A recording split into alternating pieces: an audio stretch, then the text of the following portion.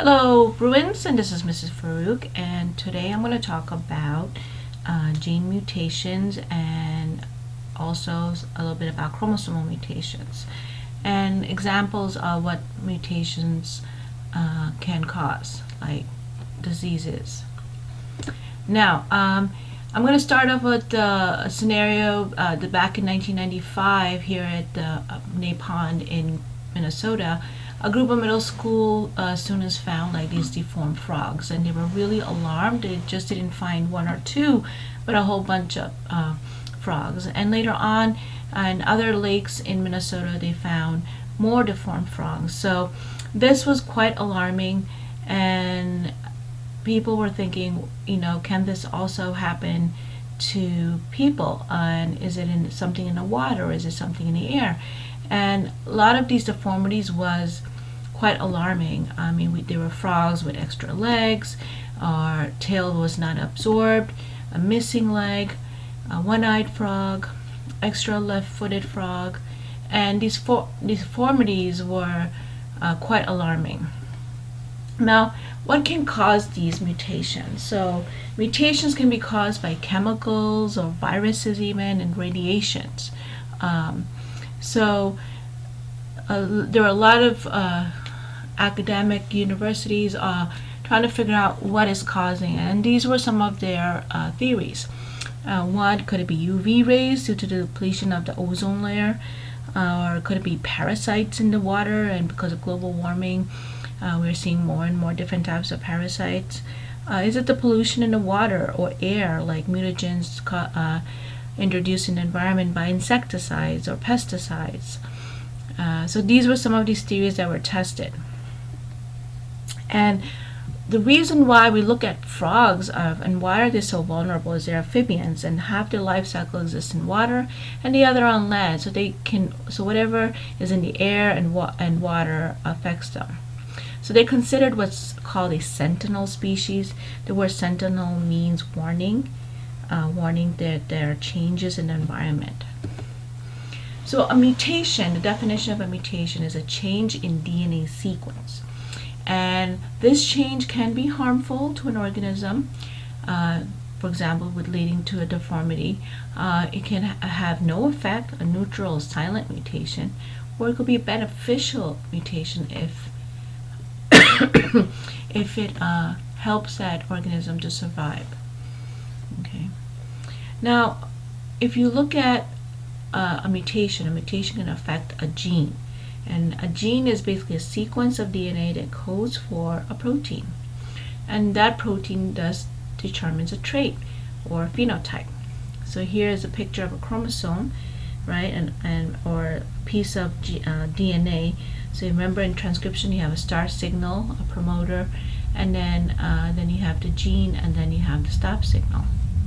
So any change in these letters can cause a change in the product. Let's go through types of mutations. Gene mutations are mutations that affect one base in a single gene or even more. Point mutations changes only on one codon, therefore only one amino acid that codes for that protein can change. And that could be either substituted, deleted, added, or inverted. An example of a point mutation is sickle cell anemia. Now, this is a mutation that happens where by one single substitution, instead of glutamic acid, you have valine.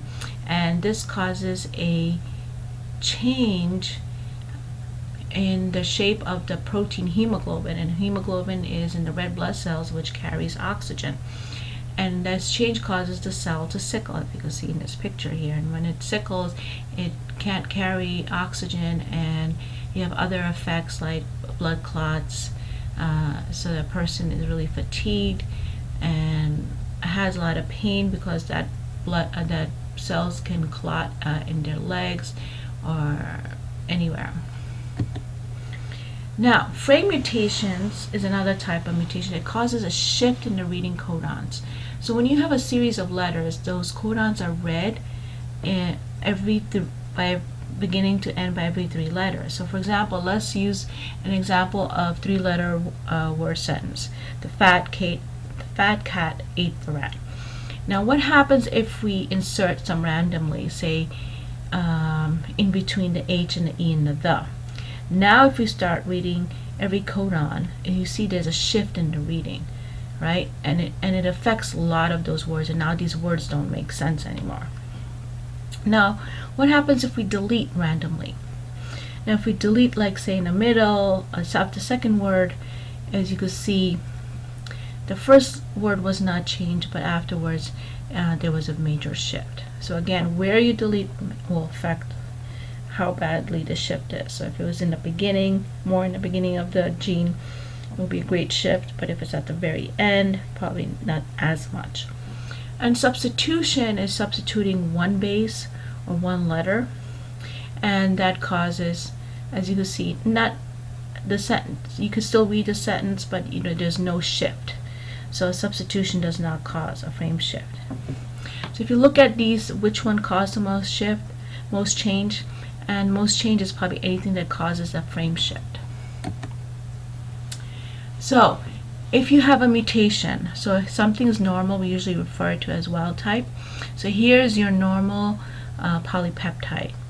Now, if there's no effect on amino acids, for example, base pair substitution, and you still get that same amino acid, we say it's a silent mutation.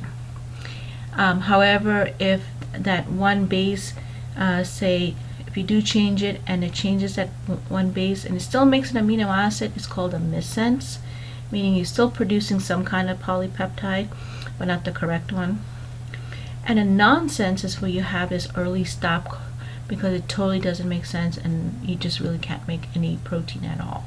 And that's a nonsense. And this is just at the one base level. Now if you look at base pair level, like here's a frame shift and affects more than one amino acid. Now if you add an extra U, again you have an early stop, so you have a nonsense. If you add, like, say, a whole codon, that again can cause a major change. Okay. Now cystic fibrosis is an example where 3 DNA bases are deleted, and cystic fibrosis is inherited mutation, which affects how calcium is transported in the membrane, and when that happens, the mucus builds up, so it affects their lungs. You have a lot of mucus build up in their lungs and in their digestive tract, so they have intestinal problems.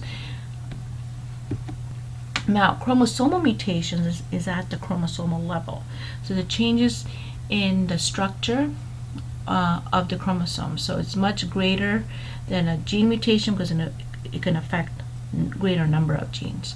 So here's an example of deletion where a part of a chromosome is deleted. Duplication, a piece of chromosome is duplicated, or inversion, or even a translocation. A lot of this could happen during gamete formation, like in a sperm or egg. Are mutations good or bad? Again, if it's harmful, the protein is affected and can cause a disease like cystic fibrosis, sickle cell anemia. If there's no effect and does not change a protein or phenotype, then we say it's a silent mutation. And if it changes a phenotype or a physical trait that allows it to survive better, it could be beneficial, and we say that's a source of variation. So mutations can occur when reproductive cells are being formed, and if that happens, it'll be passed on to the offspring, or it could be inherited if it's already in the DNA, or if it happens in the body cells of an organism, that will not be passed on, but probably will cause, like, cancer. So just summarizing, mutations can be harmful, resulting in diseases, could be beneficial if it results in a trait that allows the organism to survive, or it could be silent or neutral. Okay, so it can happen in a gamete or in a body cell. Now, what causes these mutations? So mutagens are like chemicals, like in the environment we use, like in pesticides or chemicals, radiation like X-ray, UV rays, can also change DNA. And again, changes in the DNA can cause a missense, of which is a faulty protein, or a nonsense, which is an incomplete protein, or it could be a silent mutation, which you have a normal protein. Well, thank you for listening, and come with questions in class.